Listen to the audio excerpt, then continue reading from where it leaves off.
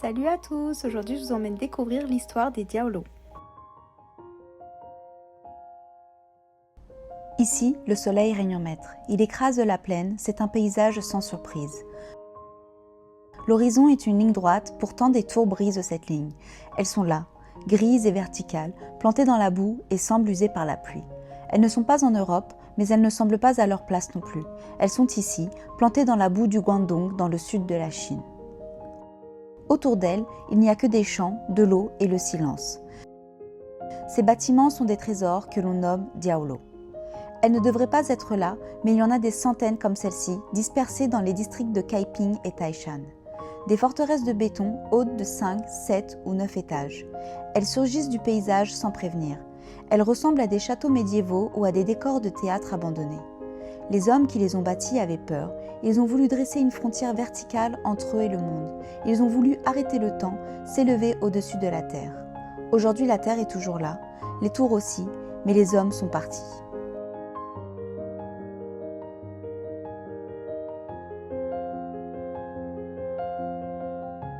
Pour comprendre la tour, il faut comprendre le départ. Au siècle dernier, cette terre était ingrate. Elle ne nourrissait plus ses fils. La famine régnait et les inondations effaçaient les récoltes. Alors, les hommes sont partis. Ils ont traversé l'océan Pacifique. Ils ont rejoint les mines de Californie ou les chemins de fer du Canada. Ils sont devenus des huatiao, des étrangers dans des pays neufs. Là-bas, ils ont connu la solitude des dortoirs, ils ont connu le mépris et les lois leur interdisant de devenir citoyens. On voulait leur sueur, pas leur présence. Ils ont vécu dans l'attente de faire fortune, l'attente du retour glorieux. Ils envoyaient de l'argent au village, ils achetaient des terres à distance. En 1912, l'empire Qing s'effondre. Sun Yat-sen proclame la République de Chine, c'était le signal. Ils ont cru que le temps des humiliations était fini. Ils ont cru qu'une Chine nouvelle, moderne et juste les attendait. Ils sont rentrés. Ils avaient de l'or dans leurs valises, ils pensaient trouver la paix, et ils ont trouvé le désordre de la jeune République.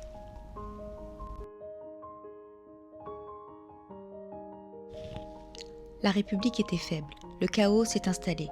Les bandits ont vu l'or revenir avec les exilés. Le village est devenu un terrain de chasse, alors il a fallu se défendre. Les maisons de terre ne suffisaient plus, il fallait du solide, de l'indestructible.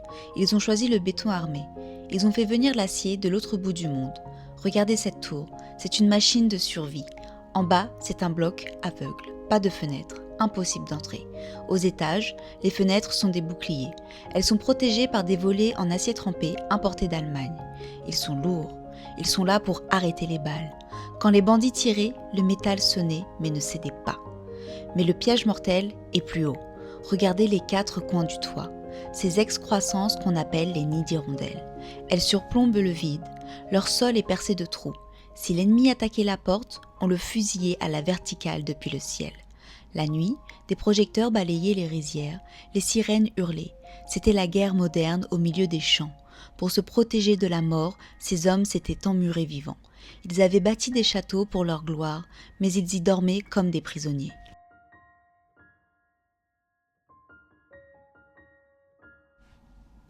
Pourtant, une fois la porte blindée fermée, l'homme voulait encore paraître.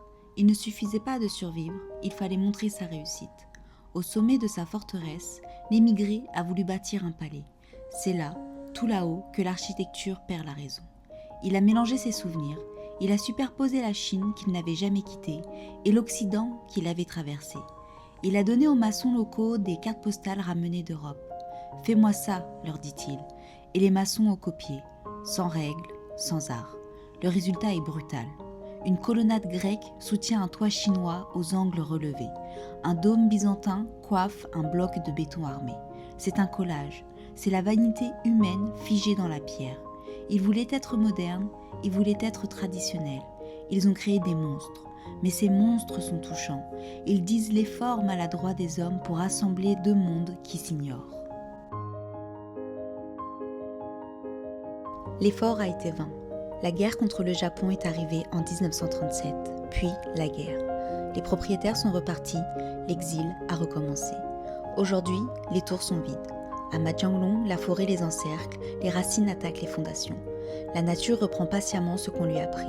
Les villageois n'y entrent pas, ils disent que les lieux sont habités, non pas par les fantômes, mais par la mémoire. La mémoire des sièges, de l'attente, de la peur. L'UNESCO les a classés. Les touristes passent, prennent une photo et s'en vont. Les tours restent seules.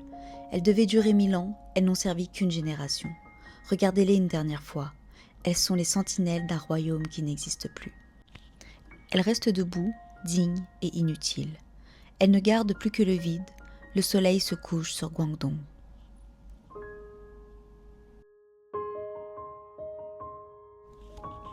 Mais l'histoire ne s'arrête pas là, il faut aller voir. Nous avons passé une semaine ici. Nous avons marché dans la boue, nous avons poussé les portes rouillées. Nous avons exploré ces forteresses oubliées. Dans les prochaines vidéos, on change de format. Plus de voix off, place au terrain. C'est la véritable exploration au format vlog, pour voir ce qui reste vraiment quand le silence retombe. Abonnez-vous pour ne pas rater ça.